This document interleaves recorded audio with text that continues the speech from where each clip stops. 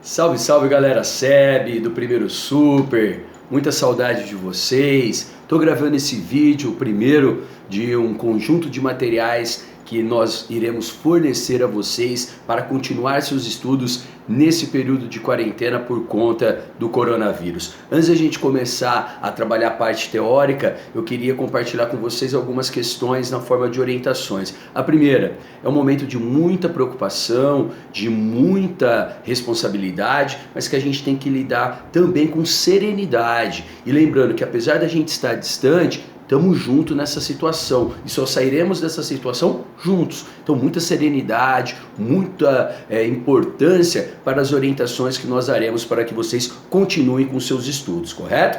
Bom, além disso, eu quero que vocês acompanhem essa aula, assim como as demais, essa é a nossa primeira, com a folhinha resumo que eu compartilhei com vocês nas nossas aulas presenciais, nas últimas aulas presenciais. Esse assunto que a gente vai começar hoje, que diz respeito à civilização hebraica, os hebreus, está lá no módulo 5 da sua apostila, legal para você se posicionar, para você se encontrar, e já é um assunto que nós começamos a tratar nas aulas presenciais, mas como só introduzimos e não desenvolvemos, é interessante resgatá-lo para que a gente tenha uma abordagem muito importante. Eu também vou compartilhar junto aos canais da escola um conjunto de materiais, lista de exercícios, vídeos que poderão auxiliá-los para ampliar as abordagens desses assuntos tão relevantes que nós temos na tão aclamada e importante ciência histórica, legal? Bom, então vamos lá, vamos nessa, vamos começar com esse assunto da civilização hebraica, legal? Bom, nesse primeiro assunto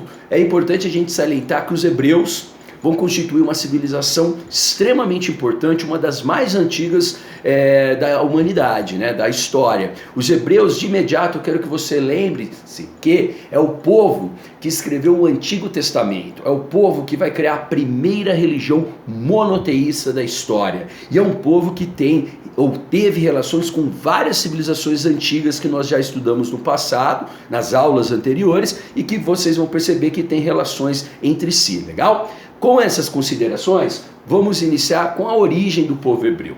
Segundo a tradição, e aí eu estou me reportando à tradição bíblica do Antigo Testamento, que apesar de ter algumas inconsistências, é a tradição que ainda marca toda a identidade do povo hebreu na antiguidade. É importante que a gente lembre que, segundo a tradição hebraica, a origem de seu povo remonta-se à cidade de Ur, na Mesopotâmia, quando por volta do século 20 ao século 19 a.C., tribos hebraicas lideradas por um patriarca chamado Abraão saíram da cidade de Ur, na Mesopotâmia, indo em busca de uma chamada Terra Prometida. Essa Terra Prometida de onde jorraria leite e mel. Essa Terra Prometida com um prenúncio da fé de um Deus único, correto? E essa Terra Prometida que as tribos hebraicas vão perseguir vai se encontrar na região da Palestina, também conhecida como Canaã, onde já vivia um povo chamado de cananeus, legal? Isso é muito importante. Então nós temos a origem com esse patriarca chamado Abraão.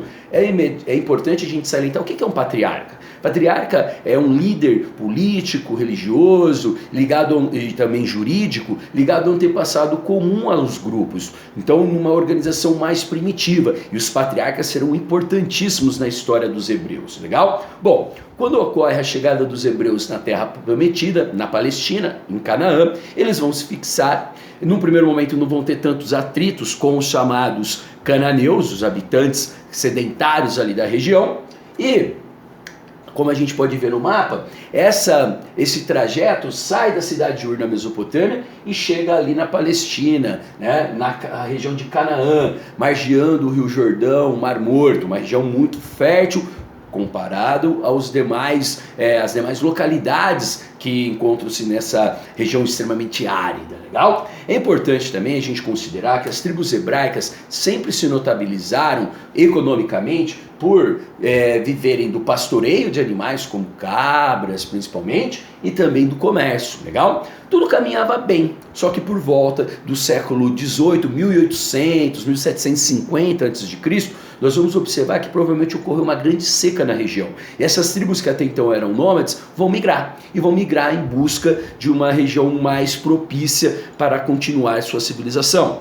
Essa migração, segundo a tradição, leva os hebreus a se fixarem junto com outros povos lá no delta do Nilo, lá no interior da civilização egípcia, que vão estabelecer acordos com os faraós para que eles pudessem ali se situarem, pudessem retirar da terra dos egípcios a sua sobrevivência e arcassem com pagamentos de impostos e, quando necessário, também prestassem serviço nas grandes obras públicas da civilização hidráulica. Legal? Então aí você tem a chegada dos hebreus junto com, por exemplo, como nós já estudamos, com os Hicsos. Contudo, os Hicsos, um povo guerreiro e inimigo dos egípcios, e os hebreus chegam flanqueados pelos faraós como aliados. Legal? Tudo caminhava bem, só que depois de 400 anos, a expulsão dos Hicsos, como a gente viu do Egito Antigo, desencadeou um sentimento de xenofobia e militarismo entre os egípcios, e até os seus antigos aliados, como os hebreus, passam a ser vistos agora como inimigos, como adversários, e aí os hebreus passam a ser escravizados no Egito Antigo. Legal? É nesse momento que a gente vai ter alguns destaques.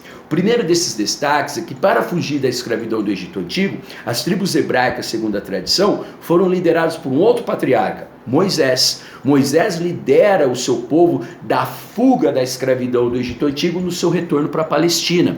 Esse fato é chamado de Êxodo, correto? Isso é um dos fatos mais importantes em toda a história da civilização hebraica antiga. E é durante o Êxodo que a figura do Moisés, a fé num Deus único, começam a ser questionados devido às dificuldades que eles passavam nesse trajeto de retorno à Palestina, né? Tem toda aquela questão de abrir o Mar Vermelho. Não vamos entrar nessa discussão. O que importa é o que ocorre de fato. É nessa trajetória, é nessa jornada das tribos hebraicas lideradas por Moisés no retorno à Palestina que vai acontecer um dos fatos mais importantes. Segundo a tradição, Moisés subiu no Monte Sinai para realizar suas orações, para meditar, e ali ele tem uma iluminação, que nessa iluminação o anjo Gabriel, e assim também o intermediário de Deus, vai firmar Moisés e Deus uma aliança. Essa aliança entre o povo escolhido, os hebreus, e o Deus único, Jeová, certo? Ou Yahvé. Legal? Então aqui você tem a aliança entre o povo escolhido, os hebreus, e o Deus único, Jeová ou Yahvé. E isso faz com que ocorra a fundação do monoteísmo, correto? Por quê? Porque nesse momento questionavam-se, como eu mencionei, a liderança do Moisés e até a fé no Deus único. Eles estavam cultuando outros ídolos, outros tipos de divindades. Por quê? Devido às dificuldades que durante o êxodo essas tribos tiveram que vivenciar. É durante ali o êxodo e a partir do estabelecimento dessa aliança entre o Deus único e o povo escolhido, que nós vamos ter um outro ponto importante. Segundo a tradição, o Moisés desce do Monte Sinai com o decálogo, que são nada mais, nada menos do que os 10 mandamentos. O que são esses 10 mandamentos? Os 10 mandamentos nada mais são do que um conjunto de normas e condutas de sociabilidade, de convívio social, que de certa maneira reiteram também a perspectiva em cultuar, em adorar um Deus único. Por exemplo, o primeiro mandamento qual é? Amar a Deus sobre todas as coisas. Outros mandamentos são normas e condutas sociais. Não matarás, não levantarás falso testemunho, certo? Não cobiçarás a mulher do próximo. Ou seja, são princípios éticos religiosos que passam a organizar a vida das tribos hebraicas, correto? Bom, nesse trajeto de retorno à Palestina, Moisés morre e acaba sendo liderada esse retorno por um outro importante patriarca, Josué, certo? Só que quando os hebreus retornam à Palestina, você já tinha os cananeus e tem agora a presença de um outro povo, mais organizado e muito mais forte militarmente, que são os filisteus. E aí você vai ter aquela situação, né, galera? Qual? Um povo que está chegando e povos que ali estão que não querem compartilhar terras férteis tão, digamos, disputadas e tão escassas na região. Qual que é o resultado disso? Guerra, né? E aí nós vamos observar que os patriarcas perdem a sua liderança para um outro tipo de figura, os juízes. Os juízes são líderes militares que surgem entre as tribos hebraicas para tentar enfrentar os cananeus e os filisteus. Dentre esses você vai ter Samuel, você vai ter Jefé, vai ter Sansão, aquele famoso, né, dos cabelos, lembrando que isso é uma mera simbologia, a força de um homem não encontra em seus cabelos, né? Bom, mas isso é importante porque apesar desses juízes, isso não vai conseguir êxito no sentido de expulsar os cananeus e filisteus para que os hebreus ficassem na região. É aí que vai surgir uma necessidade de integração, de união maior das forças, e surgem os primeiros reis. É a fase da monarquia. O primeiro rei da tradição hebraica é o rei Saul. Ele vai conseguir liderar vitórias contra os cananeus, contudo, em relação aos filisteus, ele não consegue.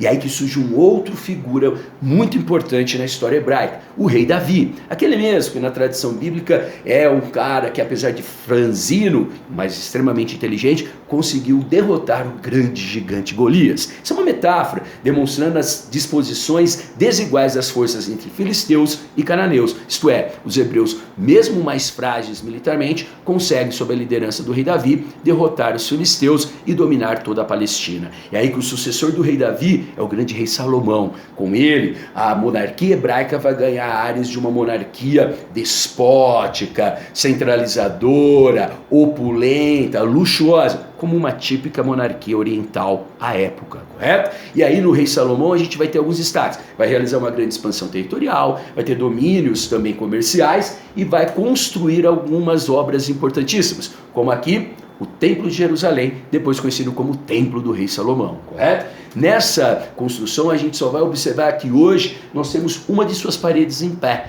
uma das mais importantes localidades para a cultura que herdou toda a tradição hebraica, os judeus, como eu vou explicar daqui a pouco. Então você tem essa importante construção da monarquia hebraica. Mas após a morte do rei Salomão, no início do século X a.C., surgiram intrigas e brigas entre as tribos hebraicas. Essas brigas e intrigas acabam levando os sucessores de Salomão a dividirem o reino, digamos, hebreu, em duas porções. Há uma cisão, há um cisma hebraico no século X a.C. E aí nós vamos ter a formação de duas importantes agora conjunturas monárquicas. Nós vamos ter o reino de Israel ao norte, com a capital Samaria, e o reino de Judá ao sul, com a capital Jerusalém, correto? Esses reinos terão destinos diferentes, como nós vamos observar. Ou seja, o cisma hebraico é a divisão das tribos em dois reinos, que nunca mais terão uma unificação na antiguidade. Esses destinos desses reinos serão diferentes. O reino de Israel, ele acaba sendo destruído por uma invasão assíria no século 8 a.C., por Sargão II, certo? Enquanto que o reino de Judá, por ser mais rural, mais agrícola e não ter tantas riquezas e uma certa proteção natural, sobreviveu a essa investida assíria. Contudo, no século 6 a.C., chega a região quem? Os poderosos babilônios, do rei Nabucodonosor, que nós já estudamos. É aí que o rei Nabucodonosor domina o reino de Judá, que havia sobrevivido e garantido a herança hebraica, e seus habitantes passam a ser chamados agora como? Judeus, os herdeiros culturais dos antigos hebreus, porque os habitantes das tribos de Israel, com a chegada dos assírios, eles se dispersam e acabam perdendo sua identidade cultural, que é a sua base religiosa e suas tradições, enquanto que os habitantes do reino de Judá, até a conquista de Nabucodonosor, consolidaram e mantiveram essas tradições. Por isso que a gente fala que hoje os herdeiros culturais dos antigos hebreus são os habitantes do antigo reino de Judá, os judeus. Contudo, a chegada de Nabucodonosor faz com que os sobreviventes dessa destruição babilônica sejam levados para a Babilônia por um período de 40 anos, que é o cativeiro da Babilônia. Outra passagem bíblica. Isso só vai ser alterado quando Ciro I da Pérsia, que a gente vai estudar daqui a pouco, domina a Babilônia e permite com que as tribos hebraicas retornassem à Palestina a partir do século 6 a.C.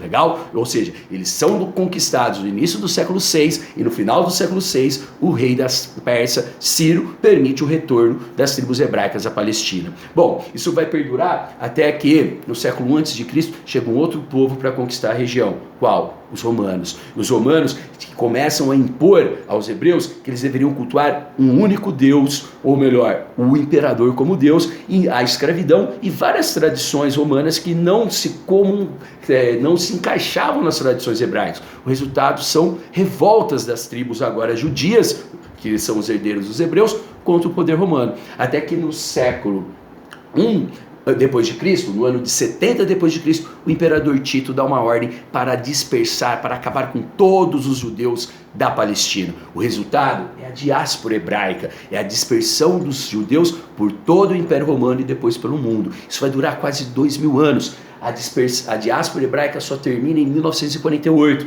quando após a Segunda Guerra Mundial, as nações vencedoras criam, via ONU, o Estado de Israel e permitem o retorno dos judeus à Palestina. Agora, os herdeiros culturais dos antigos hebreus retornavam à sua terra prometida, correto? Os hebreus, portanto, têm uma grande importância de fundar a primeira religião monoteísta da história, tem a Torá, que são leis importantes de base ético-religiosa, o Pentateuco, que são os primeiros 5 livros da Bíblia, como seus grandes baluartes, digamos assim, simbólicos e também religiosos. E é um dos povos mais antigos e importantes na história da antiguidade. E lembrando, seu grande legado é a fundação da primeira religião monoteísta da história, certo? Galerinha, paramos por aqui, aquele abraço, fique atento nos materiais e no próximo vídeo que conseguiremos e prosseguiremos com a nossa abordagem da antiguidade oriental, certo?